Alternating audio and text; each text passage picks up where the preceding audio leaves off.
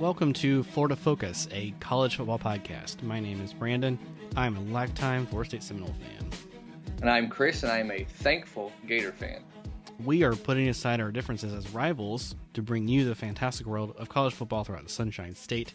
And we have a pretty short recap week, Chris, because some games did not get played. But we'll start off with the Florida Gators playing the Kentucky Wildcats. Victorious 34-10. What were your thoughts there? And I said I was thankful because I'm thankful that we played a game. I'm thankful that we didn't have to wait till the last seconds of the fourth quarter to beat Kentucky. Yeah. I'm just last 3 years, something like that. It's just been nail biters. So yeah, the Gators, they looked good but not great. Kind of the word that's been tossed around, ho hum, just kind of all right. Against a Kentucky team that has been reeling, struggling offensively, still good defense, but they're definitely one-dimensional. And let me tell you, the first half, it kind of got dicey and a little hairy there. At no point was I like, oh, we're going to lose the game. I think this team's different. But it was a frustrating first half, for sure. We needed a punt return going into the half to spark the second half domination, if you will. But yeah, that first half was kind of like, this is annoying because we know we're the better team, but we just can't put teams away. And that's something that just the MO of us this year in some games. And last week against Vanderbilt, I was like, there's this reason, and this reason why we didn't play so well. And I'm like, if this happens again, then I'm going to start getting annoyed. And it happened again. It really did. Yeah. Just kind of, I don't know if it's playing down to the competition or up to the competition, but it just, you leave the game, you're like, okay, we won by 24, but knowing that you probably should have won by 54 is really annoying. And man, how far have we come where I'm, spoiled, or that point where I'm like, we should have won by 54.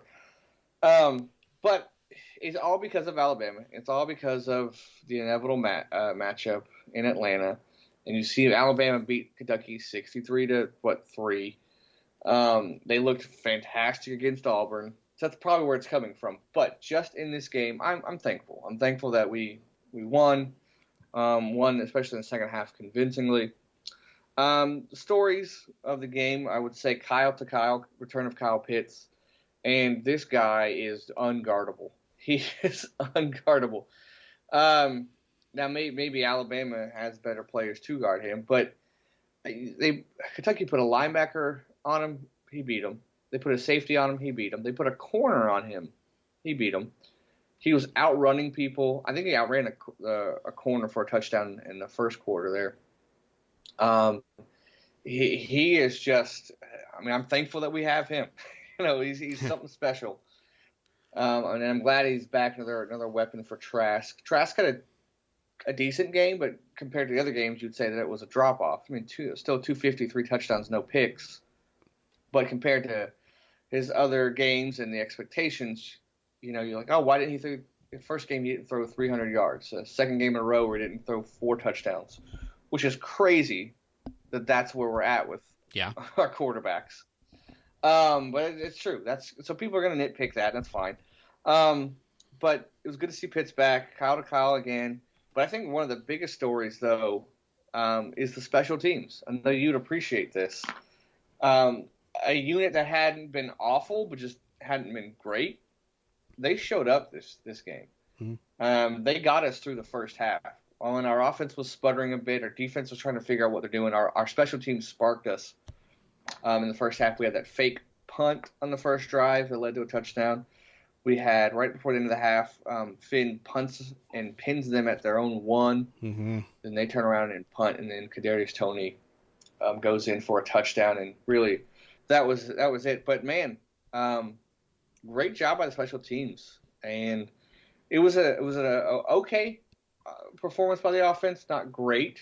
But shifting to the defense, their slow start, but then you see in the second half, it's so weird because it seemed like they were dominating us for the first half, especially that second quarter. They had a drive that was like 14 plays, took half the quarter, but it only ended up in 3 points. Mm-hmm. We held them to 10 points overall, shut them out in the second half, forced 3 turnovers, 3 picks. So it's weird because you watch the second quarter and like, man, Kentucky is the dominant team. But then you watch the second half, like, okay, yeah, that's right, we're the dominant team. You see guys like Johnson, the corner freshman, he gets his first pick. Sean Davis gets another pick. Interesting stat about Sean Davis, the safety. He has 4 career picks. 3 of them are against Kentucky. Oh, he loves to beat He the really Wildcats, likes playing against. Yeah. And then you have a guy like Diabate, the linebacker. He's just, you could see he's improving and becoming a playmaker. Every game he gets a pick and a sack, I think, as well. So you see some hope in the defense, but man, it was just a tale of 2 halves almost. So like I said, good but not great. Yeah, I mean, Kentucky did you some favors. Their offense, I mean, aside from 1 or 2 drives, was pretty bad. I mean, I think they ended the day on 68 yards passing on 10 completions. And they're decent on the running attack, but man, they just they couldn't get going, and 3 more of the passes didn't hit the ground because Gators intercepted them. Right. So there's that, and you're right. I don't know what the thing is about Pitts, and let me just say, Chris, you can relax about the comparison to Alabama. Just be you. Just be the Florida Gators. Okay. Yeah. You know, just play your schedule, play your game. Don't worry about that yet. But I understand the comparison, at least in the national media, is to do that, and that's fine. They can do that. But to help and to look forward a little bit, Alabama has struggled in the SEC title game too. So just keep that in mind. Yeah, if the game is played this week, we're doomed. But it's not. It's played a couple of weeks, so yeah, we got some time. We got some games and practice. And yeah, there's something to be said. I can't imagine that Pitt doesn't win the Mackey Award despite missing 2 weeks. Yeah, it has been amazing. I haven't seen a tight end do this and turn heads in years. Yeah. Yep. I'm trying to think of like maybe Kellen Winslow, Jeremy Shockey, like when Miami. That's what I was thinking of too. Yeah, when they were coming out. But there are some things we have to work on. That second quarter, like I mentioned, was pretty rough. Our running game has been decent over this year, but this wasn't that good. We squeaked out 100 yards. Damian Pierce had 67 yards, but one of those was on a 38-yard rush. So it kind of skews the numbers a little bit. I think the second half we kind of got conservative and where we could have thrown it a lot more, maybe padded some stats. We ran the ball a lot. Maybe it's just to work on that running game. I don't know. But it seems like we can't get a complete game together. We'll have 2 or 3 great quarters and then 1 awful quarter, or a great half and awful half. And so far, it's not too bad, but you want a complete game, and we're just not there yet. So we have to figure that out. Fumbles, man. Fumbles, so frustrating. Kyle Trask has only thrown like 3 interceptions all year, but we've fumbled like 5-6 times, something like that. And it's not just one guy. Malik Davis to Naquan Wright. We had a receiver fumble this time. So that's kind of a concern because you get a team like, say, Tennessee, fumble enough times, who knows, in Knoxville. Mm-hmm. A team like Alabama is definitely going to capitalize on it. So as much as Trask is doing a great job of not throwing picks, the rest of our team is just fumbling left and right, and that's kind of annoying and disappointing. And then on defense, it seems like, I will say, other than Trevez Johnson and his pick, it seems like we can't win the 50-50 balls, whether it's a linebacker, corner, safety. They throw it up there, and that's where I miss C.J. Henderson a lot. But like Marco Wilson, Donovan Steiner, guys that have been playing so many games, just seem like to get out-jumped every game. You saw the beginning of the game, Donovan Steiner, Marco Wilson, again, I'm picking on them because these guys have played many, many snaps. They were other guys were having shouting at them and pointing like, hey, no, you're covering this guy. You have to run over here. I'm like, if this is the case, put in the younger guys. Have those guys come in as reserves, veteran reserves. But this is very frustrating. Guys that should not be making those mistakes are making those mistakes. Guys that should not be losing the 50-50 balls are. So that's kind of frustrating to see. And but maybe they're the best choice. I don't know the personnel. I don't know the what they do in the weight room practice. But just kind of like, is this the best option at corner and safety? I don't know. That's kind of concerning a little bit, but I have seen improvement on the D line and the linebackers, which is good. But so a lot of stuff to work on still, but overall, shutting them out in the second half, winning by 24, when it could have easily won by more, I'll take it, and I'm thankful for the victory. There you go. I think you covered the fumbles. That was what I was going to point out. Talking about high standards, I expect my kickers never to miss. So, Evan, I know you're not my kicker, but, to miss one, I expect you to be perfect every single year. Right. You set the standard there. So, no, other than that, I mean, you would like maybe another possession or two to score off of, so you score in the low to mid 40s. You kind of want that to be the standard going forward. But right.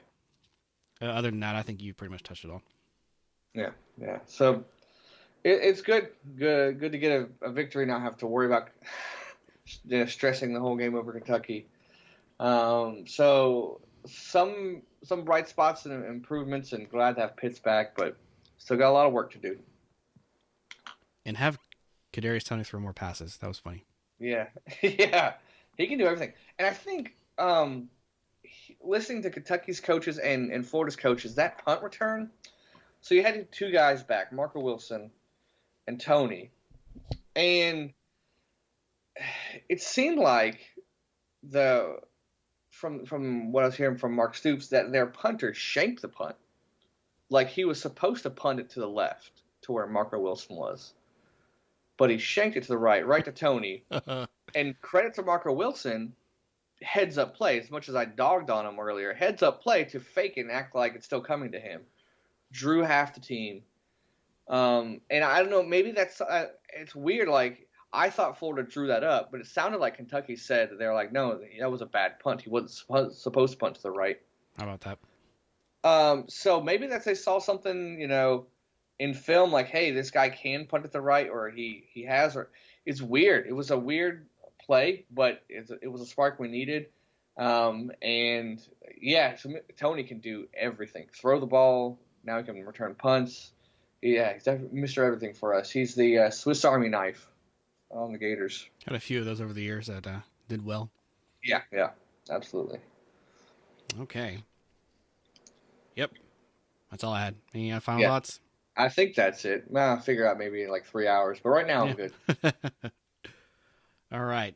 So real quickly on Florida State, and you're right. Yet another game postponed the day. At least this time it wasn't like 2.5 hours before kickoff, but still kind of close nonetheless. Right. And I think after this happening for the second time, it caused some reform. So rest assured, the ACC has talked about this, and we're recording here Tuesday night. The ACC has changed their protocols. So now the final test before game is Thursday, and you need to get everything back before you travel. So there you go. No more traveling and not getting to play the game where you're supposed to be playing. There's been some shuffling around. I was telling you, Chris, as of 4 or 5 this afternoon, I was like, man, I'm done. We have guys canceling games. We have players quitting. We have people opting out. It's not as Samuel Jr. is going to the NFL draft. He's done for the year. It's just left and right, back and forth. And then I was like, you know what? What could salvage this would be actually playing some games. And the ACC made it happen. So, Florida State will be off next week, but then we are going to play Duke at home. That would have been away. On the weekend of the 12th. And the weekend of the 19th, we travel to Wake Forest. So Wake Forest is a new addition for us. Basically, the ACC said, we know that Clemson and Notre Dame are probably going to the ACC title game. We want them to both have a bye week. So Clemson, you just beat Virginia Tech this weekend and you're in. And you and Notre Dame can just take the next week off to get ready. Yeah. Miami, you would have to pray for the Hokies to upset Clemson. Otherwise, you're just going to play some regular season games and finish out your year like that. Right. So, anyway, that's the trickle-down effect At home, Florida State was down to like 44 players. I mean, we couldn't even taken the field this weekend. So it's a good thing. And I think that coaches now they were just upset with the league itself versus each other. Bronco Mendenhall, the coach of Virginia, said, I have no interest in going back to Tallahassee. And Dabo was, of course, very vocal about that too. Right. And they're like, well, why would I have to need to travel twice? I get it. So FSU will get a total of 3 weeks off, including next week, as of right now. That's the outlook for the rest of the season. Right. This is crazy, man. But I think it's kind of cool that they're like, hey, you guys want to play? Like you and Wake Forest, yeah. Because I thought that the season was done for FSU. I really did. You saw people leaving, not just FSU, but other schools too. And I'm like, okay. I mean, with everything that went on, like, why would they? But kudos to them for scheduling it and playing it and making it work out because, yeah, I was done.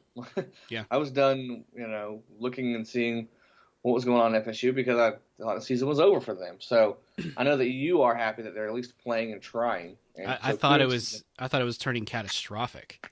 Yeah. I was like, Norvell's losing the team, and these guys they're not holding anybody together.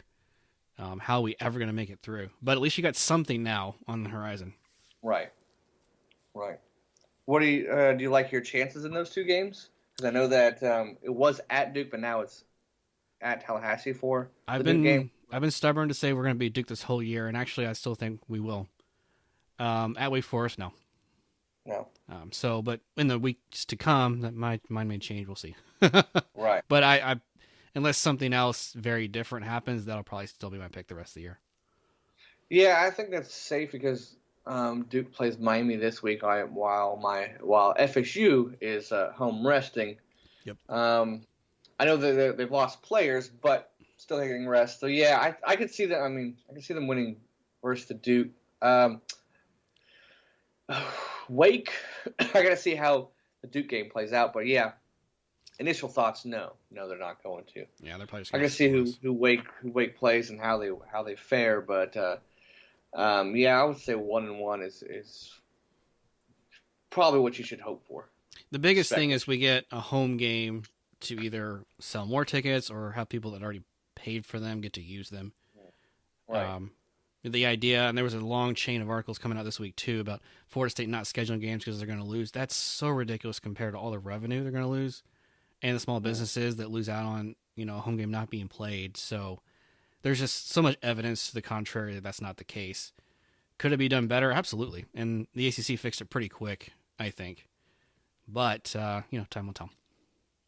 Yeah, that's one of the things I think I might have mentioned a couple of years before on the podcast where one of the reasons why Florida didn't play like Miami as often as they do, or they were reluctant to play like a neutral site game early in the season, because usually that's reserved for a quote-unquote cupcake game at home. And we were reluctant to do that because there's so much revenue gained from that game being played in Gainesville. And we're like, well, we already played this interstate team in Florida State, a big name. Why are we going to add another one plus lose money for that home game? But I think just college football in general has shifted to playing that bigger games in the beginning. But yeah, so I get it. Money is a factor into this too. Yep. But yeah, so that's the update from Florida State. As of now. Mm-hmm. Speaking of teams intrastate playing each other. Hey, nice segue. The UCF Knights traveled to Tampa to play the South Florida Bulls. And here we go. We'd seen South Florida put up a fight a couple of games this year. This was their best one yet. Still lose, but they gave UCF all they could handle. Yeah, we thought this was going to be a massacre in I-4, but it actually turned out to be a war. Nice. Thanks. Yeah, I mean, when UCF jumped up, what was it 28-7? I think it was at one point. I'm like, okay, this is pretty much what we expected. But kudos to the Bulls for fighting the whole game. They pulled within like a touchdown, and then promptly they fumbled the ball. just like USF would do. But McLeod, look at his stats: 400 yards, 4 touchdowns. He outpassed Gabriel. Where has this been all year? I don't Right. get it. And I think they outrushed UCF by 1 yard, but still, they outgained them. And yeah, so this is a team that this should not have happened, Yeah. but it did. And then the fourth quarter got away from them. But I mean, yeah, this is probably maybe the best game they played all year. Yeah. And still lose by 12, but still, yeah, good for them. But good job for UCF having that timely turnover. And I mean, because I forgot that they got the guy's name, but who ripped it out. But it was a linebacker. He just said, "I want this ball more than you," right at the right time, just when all the momentum had shifted to South Florida. Right. UCF took it back in, like good teams do. They separated. There you go. It was a matter of will. The Knights knew that they had nothing to lose. This is the last game, and both thought the same thing. I want to see more of this from Jeff Scott every year. And you know what? Those 3 games, I think it was Temple, that was one of them, the Memphis game, and then this one. Those will eventually be wins when you play like that, because you will get better athletes. Your defense will play better. This year just ended up being just a comedy of errors, just constantly piling up against the Bulls, and including the uniforms, and they end up going down by 12. So, All right. So that was it. Those 2 games, right? crazy, yeah. Miami's schedule will pick up next week, but Florida Atlantic, after we recorded last week, ended up being canceled. FIU game did not get played against Louisiana Tech, so that's everyone. But we do have some games coming on the horizon, and yes, a rivalry game for you, Chris. I know, weird. Playing the Volunteers very late in the season. We talked about how this is kind of like 2001, but Gators enter the number 6 team in the nation, 7-1. Tennessee started off really well, falling down to 2-5. Let me know what your thoughts on how this game plays out. Yeah, so the Gators, I believe, are on a 5-game winning streak, and Volunteers are on a 5-game losing streak. So interesting thing. So it's in Tennessee in December, and right now it's a 3:30 game, and there's some talks that it might be snowing around that time. Yes, which I'm interested to see, because majority of the Florida players, they're not used to it. Now, we do have our quarterback from Texas, so he's probably felt some cold.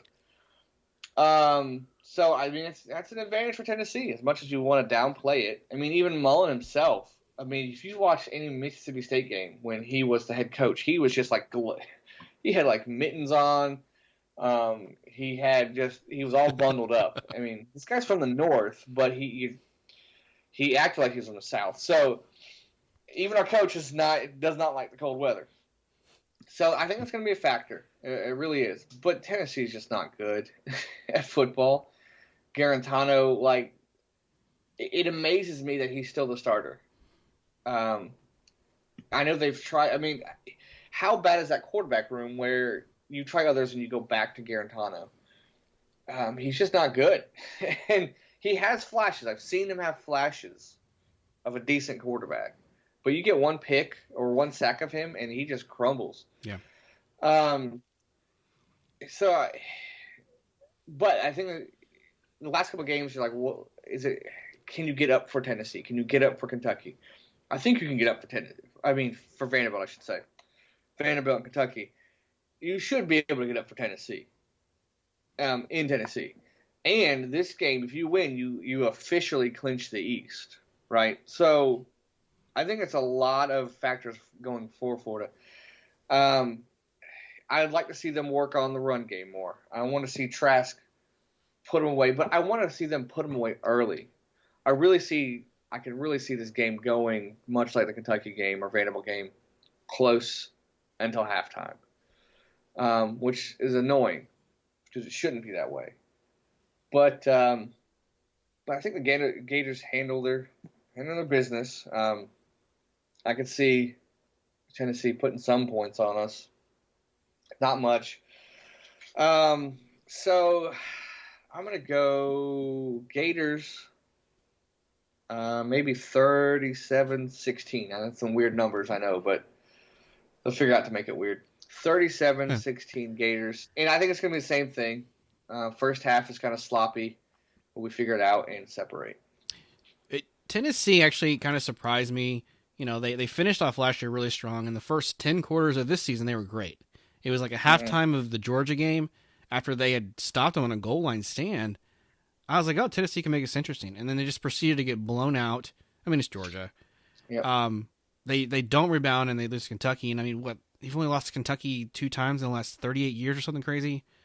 I remember that one. You know, I'm not exact on the numbers there, but you know, you get blown out 34-7. Kentucky's not good. We've seen that.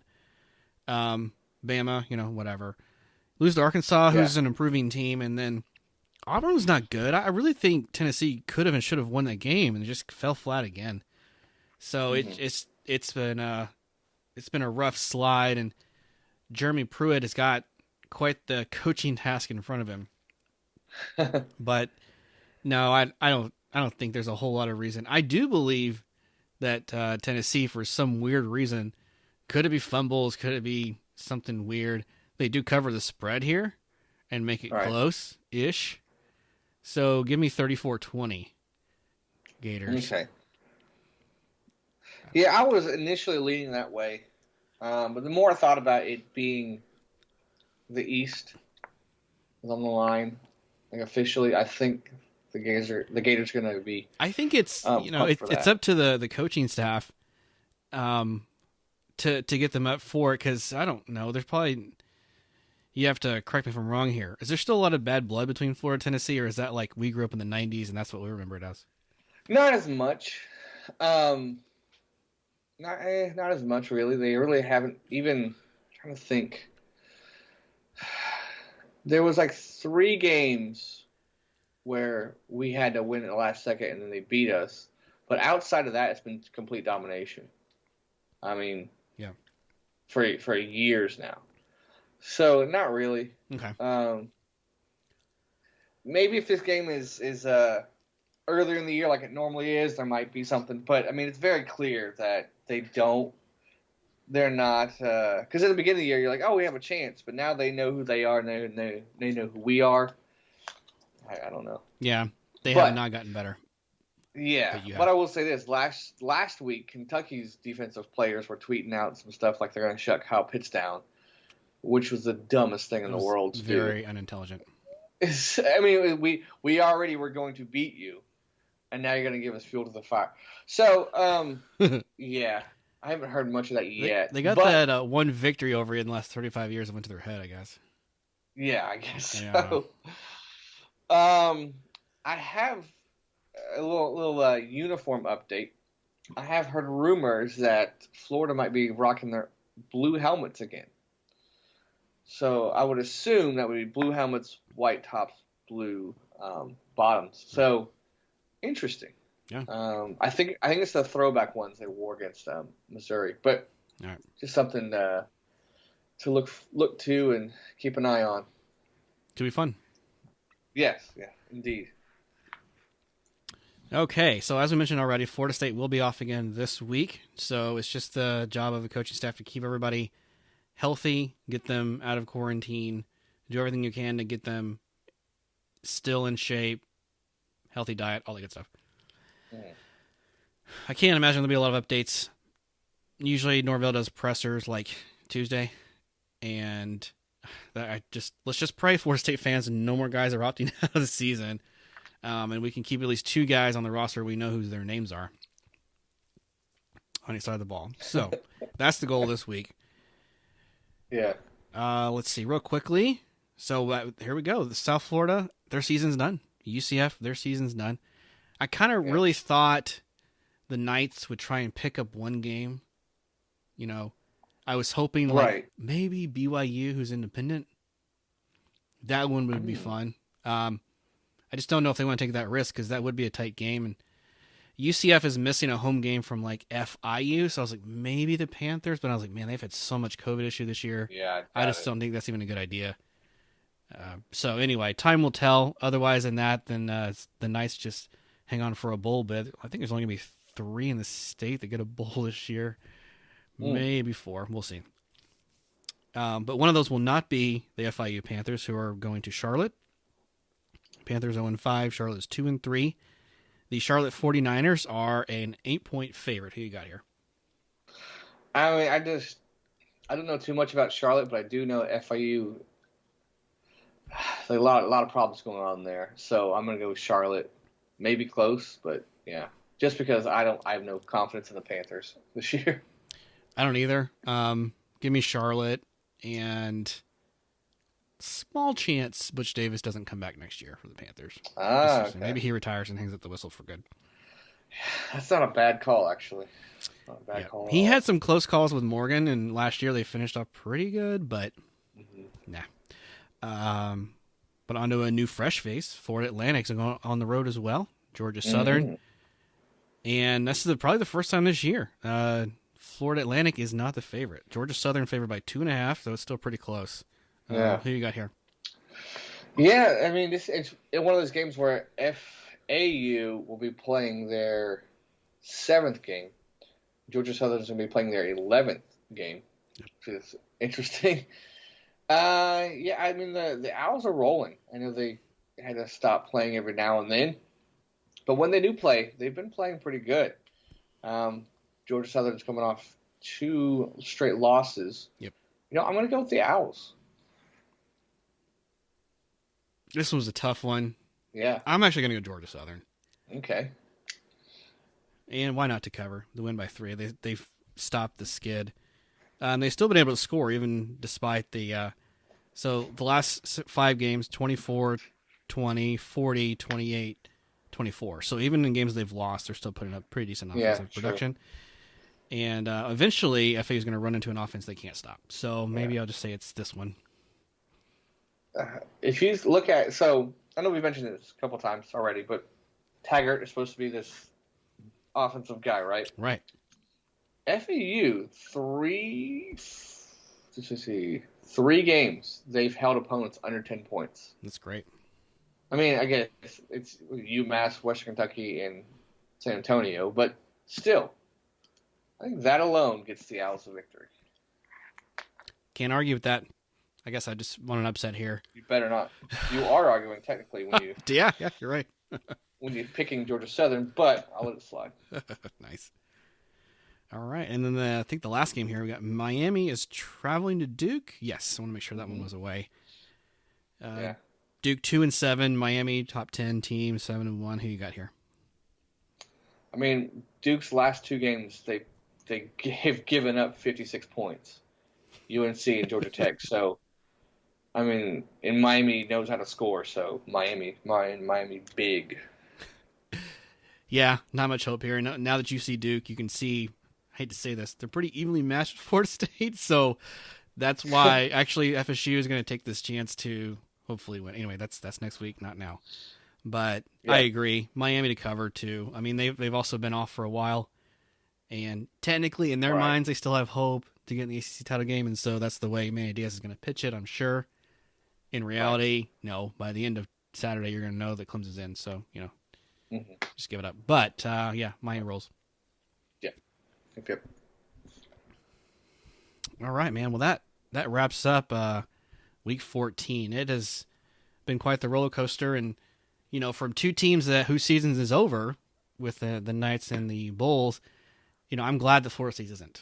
I'm really, I've. If we recorded this like 4 hours ago, I'd be like, Chris, what do you want from me? What do you want from me? I would just given up. But I actually have a little hope now. And I never thought I would be happier. I never thought I'd be happier to finish off a season where I'm like, I actually don't care if we win a game because we have a small chance to lose both of them. But there's still a season left to root for. Yeah. I was prepared to switch the podcast to Gators Focus podcast. Because I was like, okay, what are we going to talk about? Just Florida. Yeah. But yeah, so now we can actually include the Seminoles. So good to be back included. From the dead. Yeah. Yep. So that's That's pretty much all I had. Chris, what can the fans, if they want to reach out to us, how can they do that to give us their feedback on their thoughts and, who's going to win some awards and how the rest of the season plays out? Carrier pigeons. Good one. They're coming back. But also FloridaFocusPodcast.com. Probably more reliable than the second one, but, take your chance either way. All right. Well, the Thanksgiving season has passed us, but if you have a reason to give thanks, we just ask that you pay it forward. On our Twitter feed, we have a pinned tweet where you can give diapers to the Central Florida furloughed hotel workers in the industry that have been impacted by COVID-19. So please make sure to do that. And any podcast player you use to listen to us, be sure to give us a rating on that. The feedback would be greatly appreciated. Mm-hmm. Yep. All right. Anything else, Chris, before we sign off? I don't think so. I think we might be good. Yep. All right. Well, man, this is another great weekend to just talk college football and watch another slate of games. So I'm thankful as well, just like you said earlier. This is Brandon saying go Noles. This is Chris. Go Gators.